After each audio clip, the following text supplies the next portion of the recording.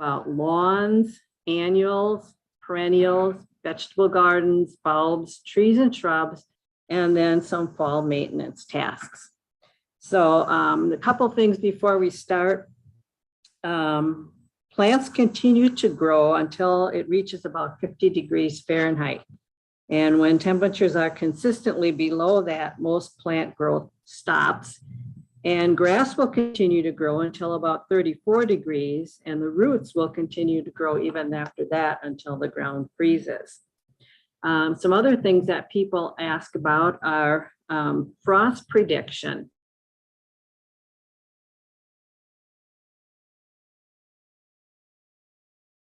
And you might be wondering, well, do I need to cover things tonight? Is it going to get that cold?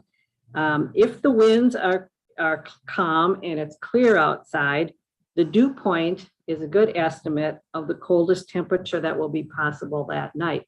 So if the dew point is 24, it could possibly get that cold if the sky is clear and there's very little wind. You can check local and national weather sites for dew point data. If there are clouds or wind, it's a little bit harder to predict the low temperature. If you live in an area that is lower than the surrounding area, you can expect that you will have temperatures a few degrees lower than what's predicted generally for your area. So you might want to take that into account. Okay, let's talk about lawns. You should continue to mow your lawn at 3 inches or more high until the very last time you mow in the fall. And then you want to lower your mower and mow at about 2 to 2.5 inches. This prevents that extra growth from developing snow mold over the winter. The best time of the year to aerate is also in the fall because the soil will not dry out as much as if you do it sometimes during the summer. And there are fewer weed seeds to start growing in the soil openings that you open up. Aerating improves water and nutrient movement in the clay soils especially, and even more so if they're compacted by a lot of foot traffic. If aerating, you should have about 20 to 40 plugs removed per square foot.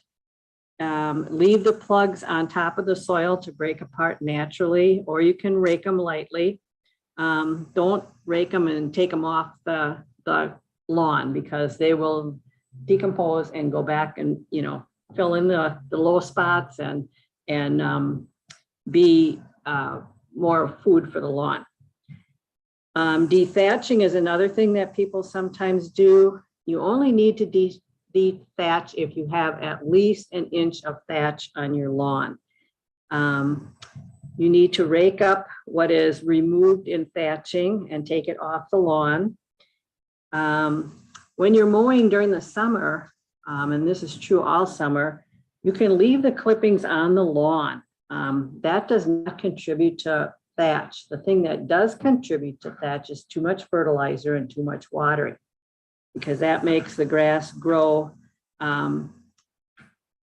really fast and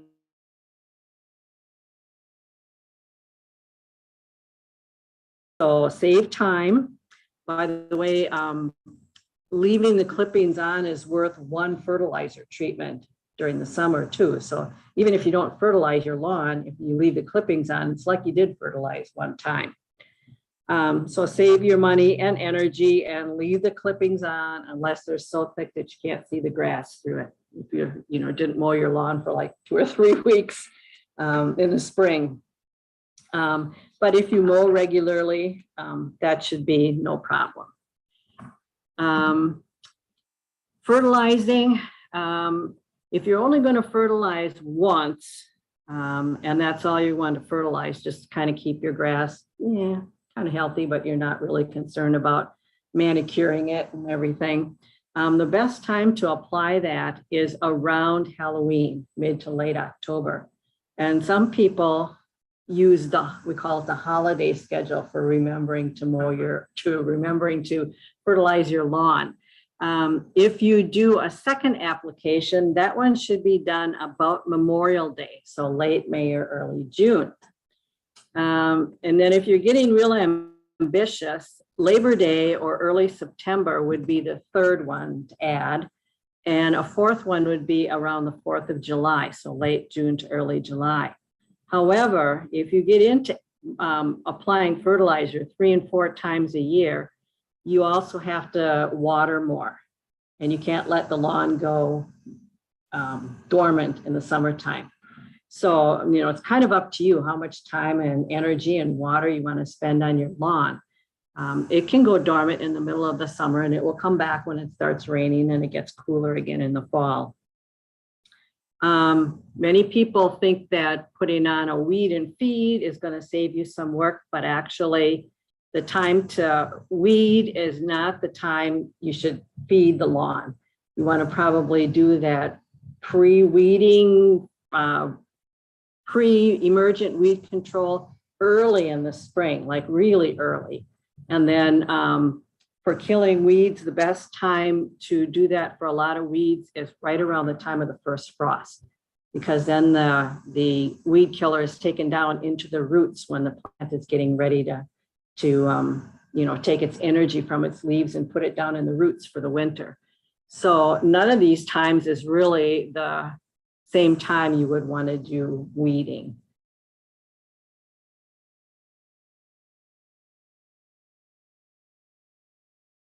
Your late fertilizing, you should put on about 1 to 1.5 pounds of nitrogen per 100 square feet. And there should be a slow release fertilizer. So look for that on the bag or container. And do not add if heavy rain is predicted, because that'll wash a lot of it away. So light rain is good. So if they forecast a little light rain, that's a good time. Put the fertilizer down just before that, and that'll kind of water it into the ground. But beware of applying it as you see a thunderstorm rolling in, because it's going to probably all wash away. Adding more than a pound or 1.5 pounds at a time on any one application, again, is just kind of a waste of money. It tends to run off and make environmental problems in rivers and lakes and all that sort of thing. How do you know how much fertilizer is in that bag? When you look at a bag of fertilizer, it'll have 3 numbers on it separated by dashes. The nitrogen number is the first one, phosphorus is the second one, and potassium is the third one. And lawns, because they are leaves, basically need a lot of nitrogen. The middle number should be a 0 in Wisconsin, because we are supposed to have no phosphorus fertilizers unless you're starting a new lawn and your soil test says you need to add phosphorus. So how do you know how much is in there? You multiply the number as a percent by the pounds in the bag to find out the amount of the nutrient in the bag. So if this is a 40-pound bag and it's got 29 as its first number, it's 29% nitrogen. So you know how many pounds are in there, and then you can spread that accordingly over your lawn. And we talked about weed control with it not being a good idea. If you're going to be treating weeds in your lawn, there are different ingredients in common weed killers. Across the top of the page, you see here, there's 2,4-D, mecoprop, dicamba, and tricloper. And down the side, let's see if I can get my mouse over here. Down the side here, you have the different common weeds that we have in lawns. And you can see that not every weed is killed by every weed killer ingredient. So for example, if you want to do creeping Charlie, dicamba is really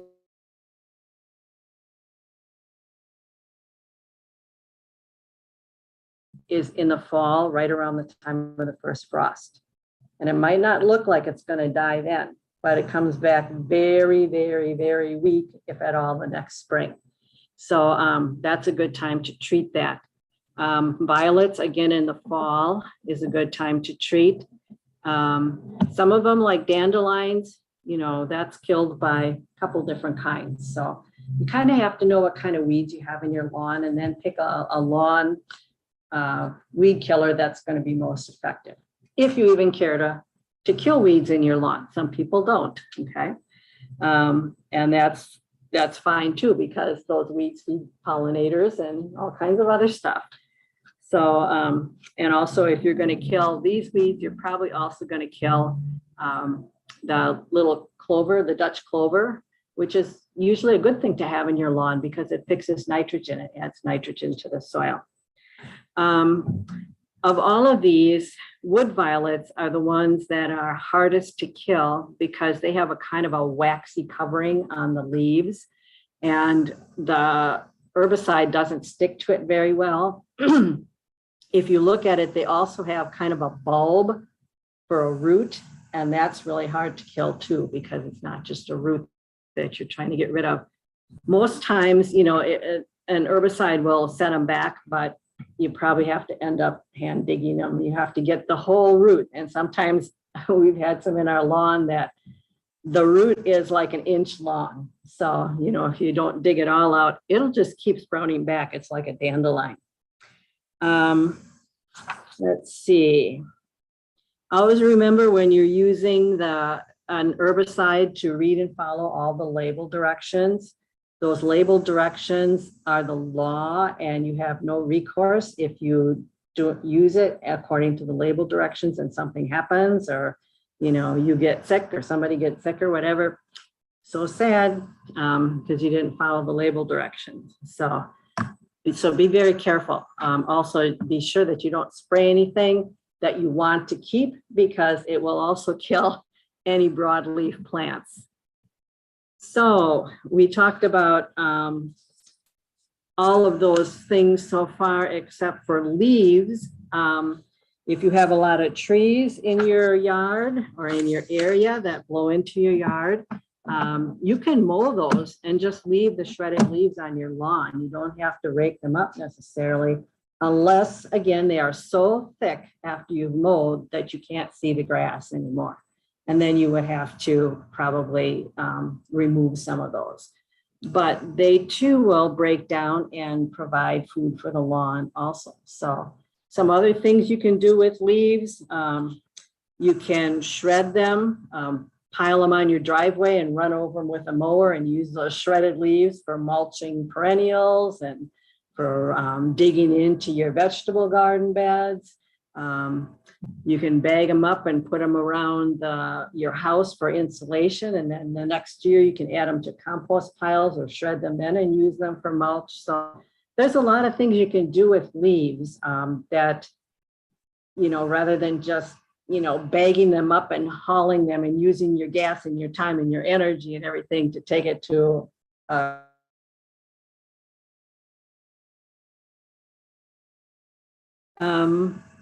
if you're going to rejuvenate a lawn, the best time is, again, in the fall for either seeding or sodding. And that's because the soil is still warm, but the air temperature is cooler. And there's usually more rain than if you try to make a lawn in midsummer. Lawns can be seeded till about the end of September, and sodding can be done into the first part of November yet. If you are doing that, wait at least 3 mowings before you treat any weeds in a newly seeded lawn.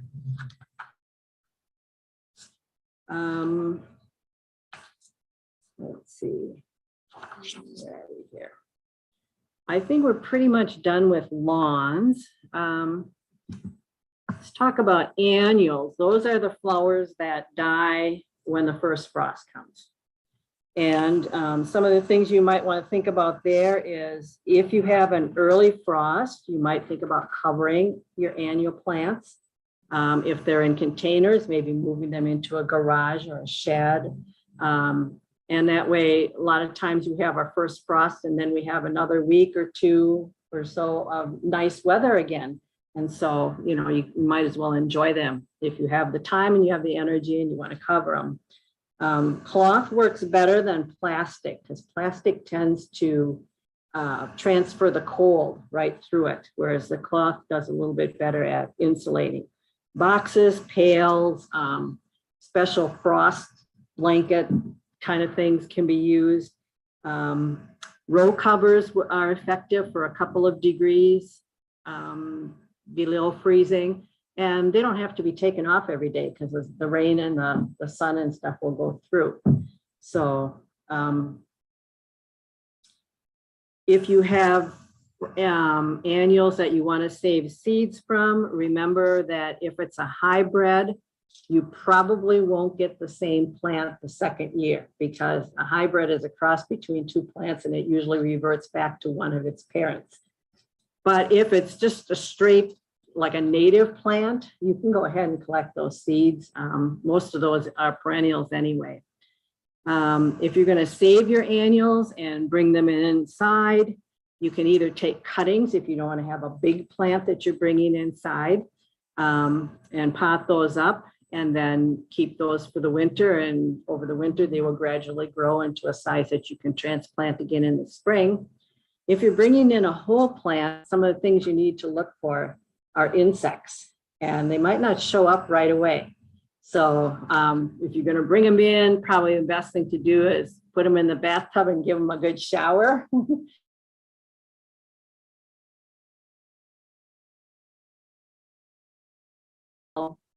The weather, the temperature and the humidity in the house gets really low. And then you start getting things like spider mites and that come out.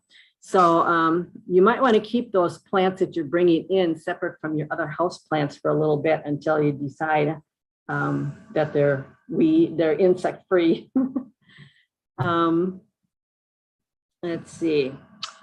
Reseeding annuals. Some annuals, you might have in your garden that readily reseed themselves. So you don't even have to plant them the next year. You just shake the seeds off of this year's, and then don't do anything much with digging up the soil, turning it over or anything like that. Just let the seeds settle in, and they're usually pretty good at figuring out how to sprout the next year. Let's see. Diseased plants should not be put in your compost pile. So if you've had a really bad time with, say, downy mildew, powdery mildew, there's some of the other ones. Some of your vegetable crops maybe have tomatoes, a lot of times get diseases, and squash plants. So, you don't want to keep those plants that had diseases or really bad insect problems during the summer. Those you would want to take out and probably not even compost. Those might be some things that would be bagged up and put in the trash or taken to a city compost pile, something like that. Another thing you might want to do is to make a note of what worked really good this year and what didn't work so good, so that next year when you're planting your garden, you can say, oh yeah, that didn't work very good there. I think it needed more sun, So that's a good thing to do too. Another thing you can do is winter sowing. I don't know if people have heard of this before, but it's taking the seeds, especially of perennial plants, and putting moistened soil in a milk jug. You cut it in half around, so you can tip the cover back. And then you put the moistened potting mix in there, sprinkle the seed.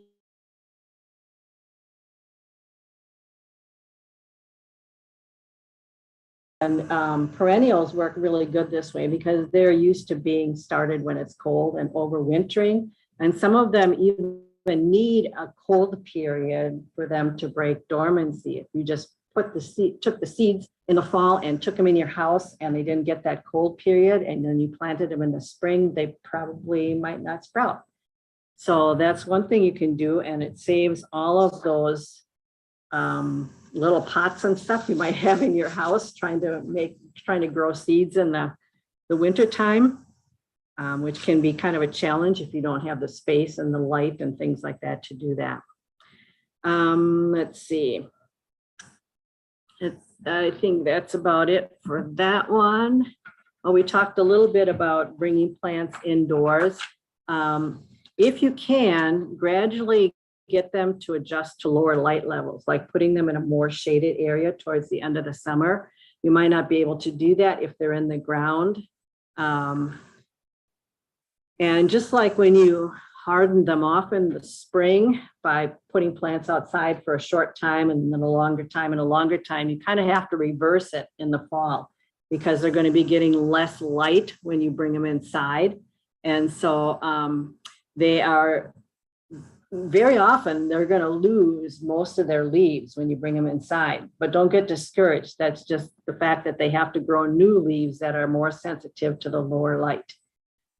Just like if you put the little plants out too early in the spring and they kind of like all shrivel up, and if you really baby them a little bit, they might grow another set of leaves. So we talked about treating them for insects. Don't fertilize until probably early spring, and place in a south-facing window or provide artificial light, especially if they're used to being in the sun outside. So let's see. You might have to treat for insects more than once because sometimes you'll treat and you'll kill the adults, but then you have to wait for the next hatch to come out and you might have to treat that and maybe even a third time. So geraniums can be left in their pots and allowed to dry out. Just put them in a cool, dark place for the winter. You can also take them out of the ground and store them upside down in a paper bag, again, in a cool, dry place in the wintertime. Let's see. If you have plants that have nice seed heads on them, you might leave those unless they're diseased for the birds and stuff during the wintertime. They'll clean those off generally. And so that's, you know, some of the things that you can do with annuals. Perennials, those are the plants that you leave in the ground and they just come up by themselves the next year. You can trim and destroy any diseased plant.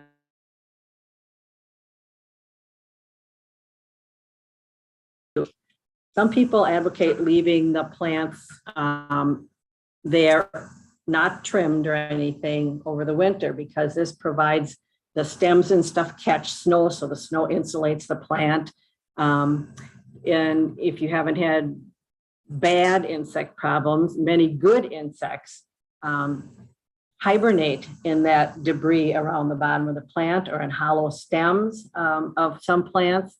And so, you know, leaving them outside, also if they have seeds on them for the birds. So it's kind of up to people whether they want to clean everything up in the fall. But even if you do that, I would leave some short stems, maybe a couple inches, to kind of catch that snow and provide for insulation. And if you leave them in the fall for the birds and all the other creatures, then you know that you'll have to do more cleanup in the spring. So, don't prune or fertilizer after the 1st of August. We're almost too late for that now, but when you fertilize or prune, you tend to promote new growth, and that new growth won't harden off before the winter. So even if it grows another couple inches, that last couple inches might die over the winter because it's not hardened off. It's a good time to divide and replant spring blooming plants. If you need to divide something, fall is a good time for spring blooming plants. So if it blooms in the spring. We talked about to cut or not to cut. And mulching, it never hurts to mulch perennials because that provides, again, more even temperatures, and the freezing and thawing doesn't heave the plants out of the ground.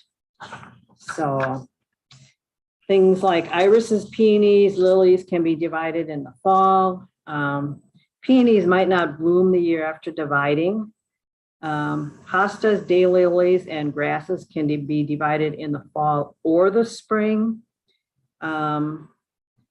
If you're trying to decide whether something needs to be divided, if the center seems to be dying out, that's a good clue that it's probably needs to be divided and replanted. Let's see. I think that's all for that. Okay, vegetable garden.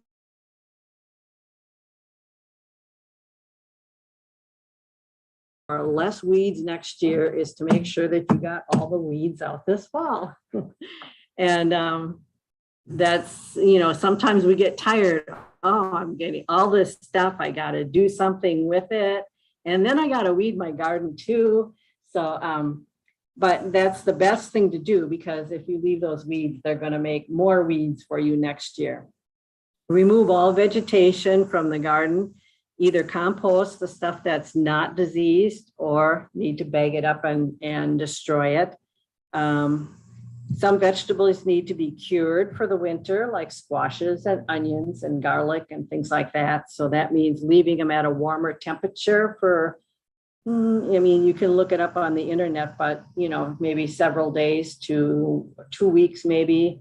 And that helps the outside of the vegetable to kind of develop a skin, like on onions and garlic, or it helps the rind, like of squashes, to harden up and cure. If you take out your things in your garden early enough, you might want to plant a cover crop in the wintertime.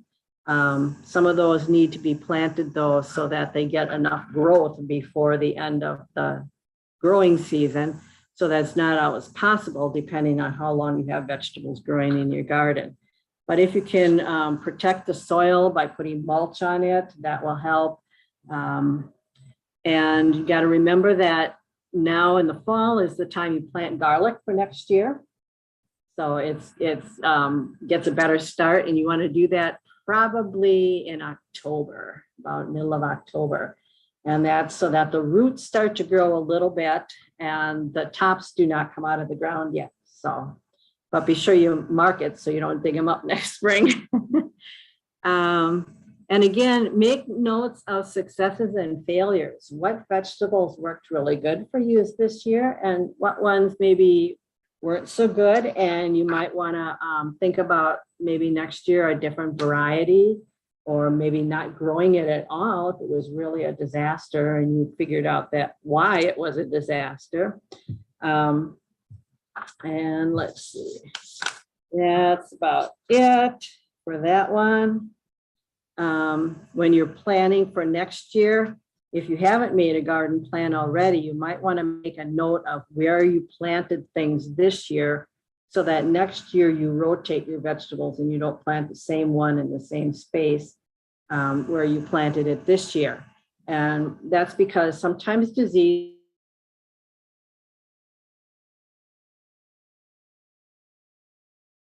or in the plant debris or whatever, and then they're right there and ready to start attacking the same crop the next year. So if you move the plant as much as you can, sometimes people have small gardens and it's a minimal amount of movement, but if you can, it's a good idea. Bulbs. This is a time of the year when you want to plant spring blooming bulbs like tulips and daffodils. And again, they should be planted in October. And again, because they tend to develop some roots while the soil is not frozen yet. And then the tops of the bulbs are not warm enough and the weather's not warm enough for them to come up. So, and as far as summer blooming bulbs or tender bulbs, you need to take those inside, like gladiolas and begonias and cannas. So those types of bulbs, because they will freeze over the winter. Storing bulbs, generally, you need to let them cure a little bit too, a couple days. Gently take off the extra soil that's on there, and then usually storage is putting them in peat moss or vermiculite, something that's a dry ingredient, and keep them from light and keep them in a cool place. And you might want to check them a couple times during the winter to see if anything's getting moldy or rotting, because if one starts rotting, you know, it's like one apple spoils the whole bunch. So that can be true with bulbs too. And if they look like they're getting really kind of shrivelly, you might mist them a little bit with water in the wintertime. And again, if you have bulbs that you just planted, you want to mulch those. So that again, they are not popped out of the ground by freezing and thawing. And planting bulbs for forcing, that's usually done again in the fall too. So if you want to have really early spring blooms, like you want tulips or daffodils or something in February, now is the time to plant those, because even though you plant them now, they still need a cold period in order to bloom. So, and that's the topic for October, I believe. We're going to have somebody coming in and talking about planting bulbs for forcing. So that should be an interesting thing. One thing you can do if you're planting bulbs and you have squirrels and chipmunks and stuff that tend to like to unplant them as fast as you plant them, creating a screen or a chicken wire box. So you take a piece of chicken wire and you bend up the sides so you get like a box, and then you turn that upside down and put it over the bulbs and fill in the dirt on top of that. And that kind of discourages them. They get down to that wire and they think, okay, this is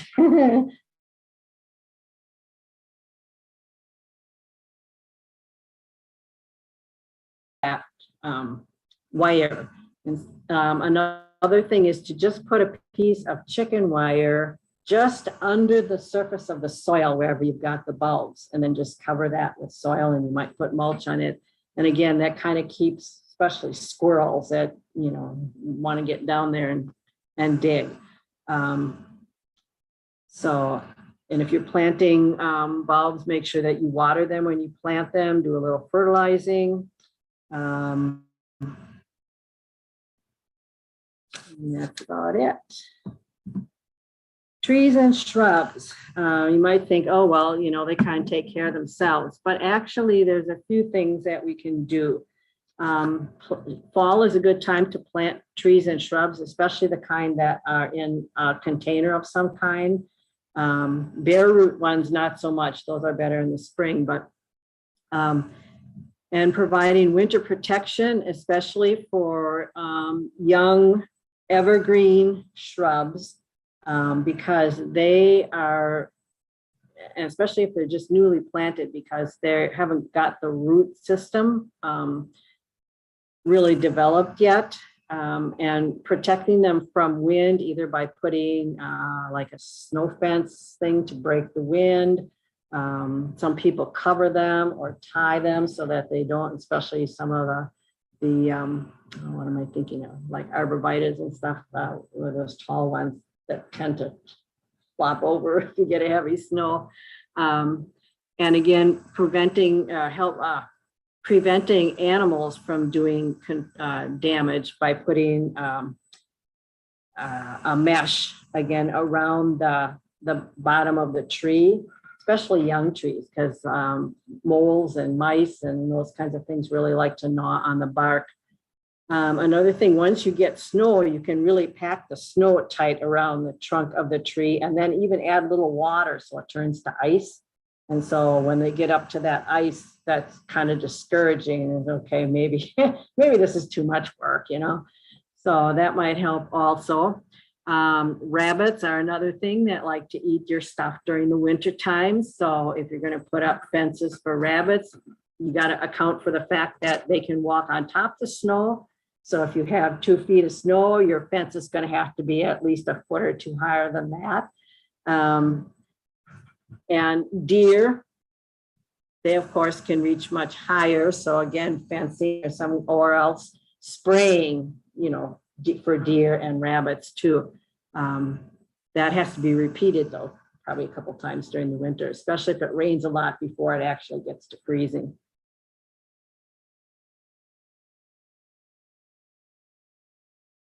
Before it freezes, especially if you've had a drought during the summer.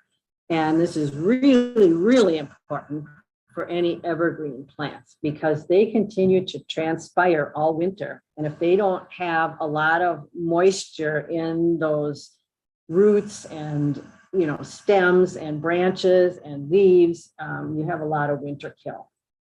So watering is really important for those. We talked a little bit about snow and ice protection. If it does, you do have an ice storm, leave the ice on the plants. Okay, if you go out there and start knocking stuff off, you generally do more harm than good. So just let it thaw off. And we talked a little bit too about dealing with leaves. Again, you know, you have to shred them, do something with them, especially if they're really thick on the lawn. If they're not that thick, you can just mow them and let them be. So that's not a big thing. Let's see. Some other things to think about in the fall. Maintenance tasks, containers, especially ones that are not made of plastic, so like clay and ceramic and all those kinds of things. They have to be emptied and taken inside because they will crack if you have water in them and then it freezes. And emptying most containers anyway is a good idea, especially if they have plants in them. So you could start again in the spring, clean them up a little bit. And then garden tools, again, when you're all done with all your gardening, clean up the tools, oil the wooden handles, you know, give them a little squirt of WD-40 on all the working parts, and get those ready too for the next year so that they don't rust over the winter. And store them inside again out of the weather if you can. Seed storage, if you've collected seeds that you want to keep for the following year, or if you haven't used all of your vegetable seeds, for example, store them in a tightly covered container in a cool, dry place. You can keep them dry by putting about 2 tablespoons of dried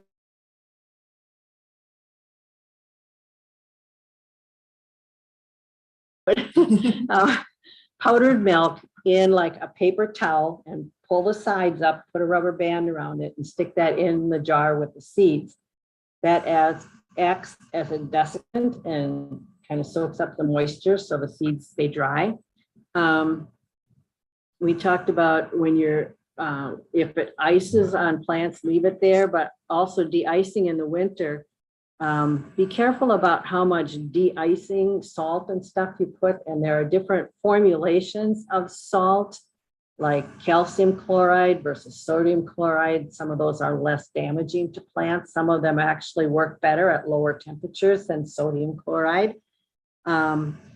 Take the snow and the ice as much as you can off your sidewalks before you put the ice on. Don't throw the salt on. Don't throw the salt on and hope that's going to melt everything. You'll use less salt in that case. So just be careful about that. Some plants are really salt sensitive, others not so much. So if you end up having a lot of dead stuff along sidewalks and driveways, you know that those are salt sensitive plants, and either you got to use less salt, something else like kitty litter or whatever else, and also maybe change the kind of plants you plant there. And then again, make notes for next year as far as, okay, we had a really kind of a bare spot in that place in the garden. I would like a plant in there that is maybe so high and, you know, blooms maybe in the middle of the summer and, you know, I don't know what color, maybe, I don't know. So that when you start to think about planting or buying or something in the spring, you don't have to start from scratch. Taking pictures during the summer or before it freezes too is sometimes a good idea, because then you might not remember exactly where stuff was, but that picture will help you remember. Let's see. Sometimes plants need to be moved too, like they might not be doing well in some place, and maybe by moving it a couple feet so it gets more sun, less sun, something like that. That might be possible too. Are there areas that really nothing seems to grow there? You might do a soil test, doing that now rather than in the spring when everybody else is doing their soil test, you know, can help you plan for what you might plant there next year or not plant there. And we used to have the lab for the testing here in Marshfield, but it's now moved to Madison. So you have to send your sample down there. But it doesn't cost a lot. I think it's $15 for a soil sample. And it's well worth it if you're having trouble growing things. And then you don't waste a whole lot more money on fertilizer and amendments and all kinds of things that you don't need. I always do this in every presentation I give. People a lot of times go on the internet looking for information. And there's a lot of stuff on.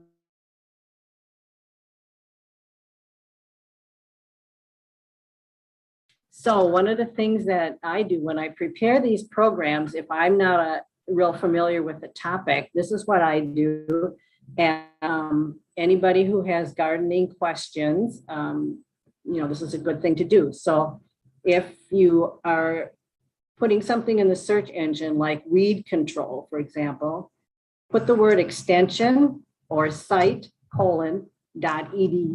after that phrase that you're searching. And this brings up tested and proven information from university extension sites, colleges and universities all across the country, and then choose a state extension site near your state, if not your state, that comes up, or a planting in a similar zone, like New York is not really right next to us, but it has a lot of the same growing conditions that we do. You wouldn't want to pick up something from Texas or Arizona or Florida, because those growing conditions are a lot different. Even the Pacific coast is a lot different than our growing condition, even though we might be at the same latitude. That makes a difference. So that's something that you can do to get good information. A good example is people ask, well, when I prune a tree, should I paint it? Paint the cut edge. And if you go on the internet, you're going to get, and you just put, should I paint a tree? You're going to get a whole bunch of stuff, advertisements for tree paint. And the answer is no, you shouldn't, unless you're pruning an oak in the summertime during the growing season. Then you should paint it. But, and if you do this extension thing, it'll tell you that.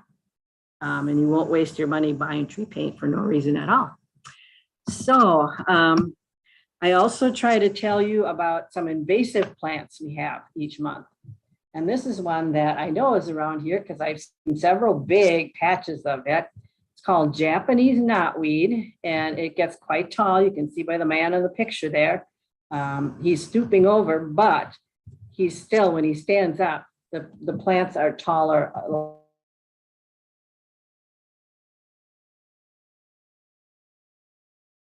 Those jointed stems. You can see down here in the bottom picture, it's a hollow, like bamboo. And it's very, very aggressive.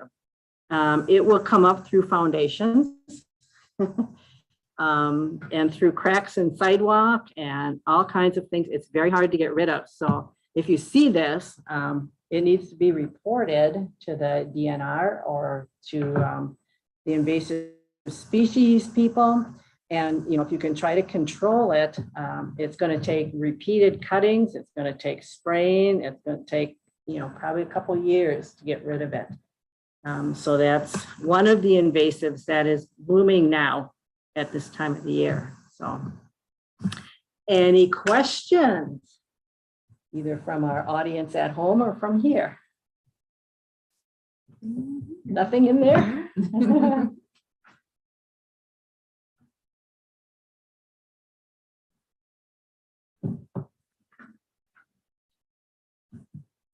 Can you explain the winter sowing again with the milk jug? Winter sowing. Okay. You take a milk jug, any plastic jug except green. Don't use green. Okay. And pop bottles, water, jugs, water jugs, anything. You can even use like cottage cheese cartons, but you have to reconfigure the top a little bit. So you take that jug and you cut horizontally about 4 inches from the bottom all the way around, except I leave a little hinge, and I usually leave that hinge under the handle. And then you can kind of pick it up. Okay, you wet potting mix or seed starting mix and put that in the jug. Puncture some holes in the bottom, because whenever we plant something, you have to have drainage holes. You put your seeds in the soil, cover them to whatever depth the seeds are supposed to be covered. And then you seal that cut edge with, probably the best thing that works is not masking tape. What's the other really sticky stuff? Duct tape. Duct tape. Yep. And then you take the cap off and you set it outside in the snowbank.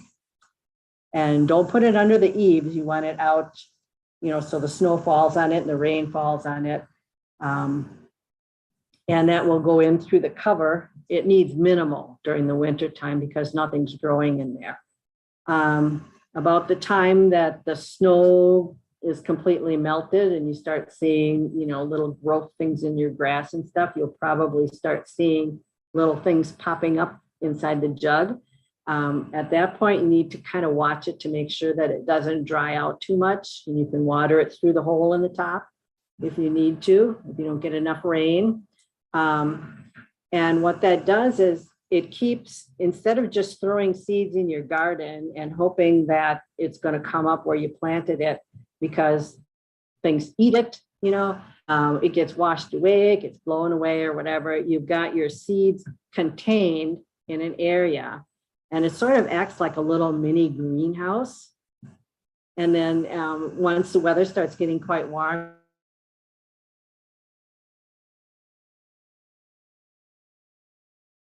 to handle, you can transplant wherever you want to plant them. So it works really well for perennial flowers. Most of those need some kind of chilling period for the seed to sprout. I've had people do, I know somebody in Minnesota that does it for tomatoes. I haven't tried it yet for the warm season crops. I still do those inside, but you know, anything that would grow in the cooler part of the year or come up, you know, in the early spring are good candidates for that. So that answer your question? Yes. Yeah. It's kind of a unique thing to do. And you can get, I mean, I've done them, and someone who moved gave me their jugs, and I got, I think, 50 coneflowers out of 1 gallon milk jug, transplanting them. I wouldn't suggest sowing the seeds quite that thick, but she wanted to make sure she would get some, you know, and you can thin them out if they're really thick in there, because they're almost impossible to separate without taking, you know, tearing the roots off and stuff. But yeah, I mean, if you sow them thick, then thin them a little bit, or else take a chunk of them out and replant them and then thin them out at, you know, when they get settled. So, yeah. This has nothing to do with getting things ready for winter, but we have,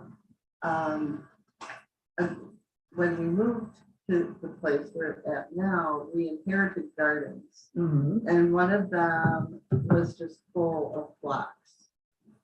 And over the years, they just sort of disappeared for the most part. And it was taken over by Goldenrod.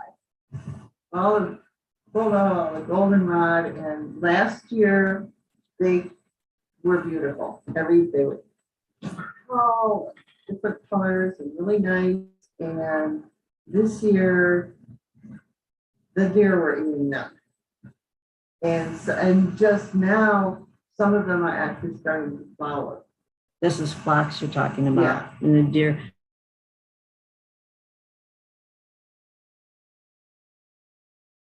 Yeah, and the deer ate them, and now they're just starting to bloom again, right? Right. Yeah.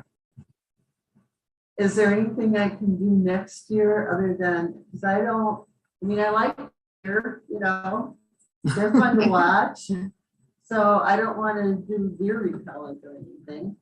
A fence of some kind if you don't want to do the repellents. Otherwise, deer are going to eat whatever they want to eat, you know, unless you plant something else that they like even better, you know, then they might stay out of there. But that's anybody's guess, you know. Yeah, it's really if you have a lot of deer, and even if you plant stuff that's supposed to be deer resistant, it's not deer proof, because if deer are hungry enough, they will eat anything. And some things that are deer resistant on somebody's property, the deer will eat on somebody else's property. So, you know, it all depends on, on the deer you have.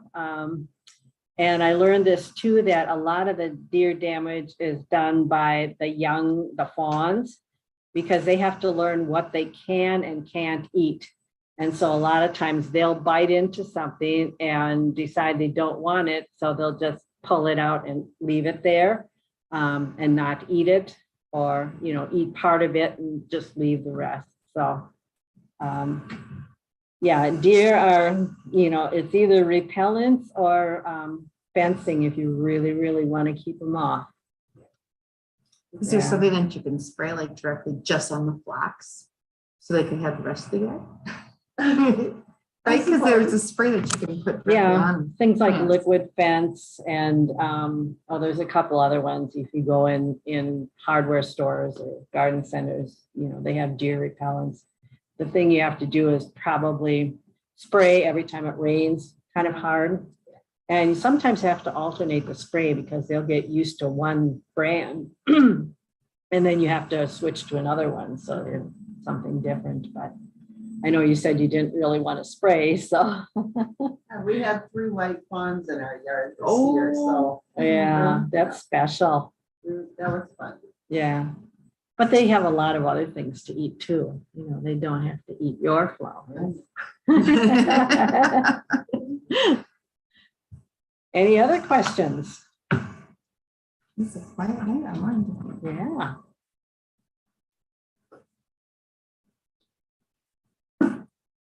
Well, if not, I guess we'll say goodbye until next month and try it again. You're going to do planting fall bulbs.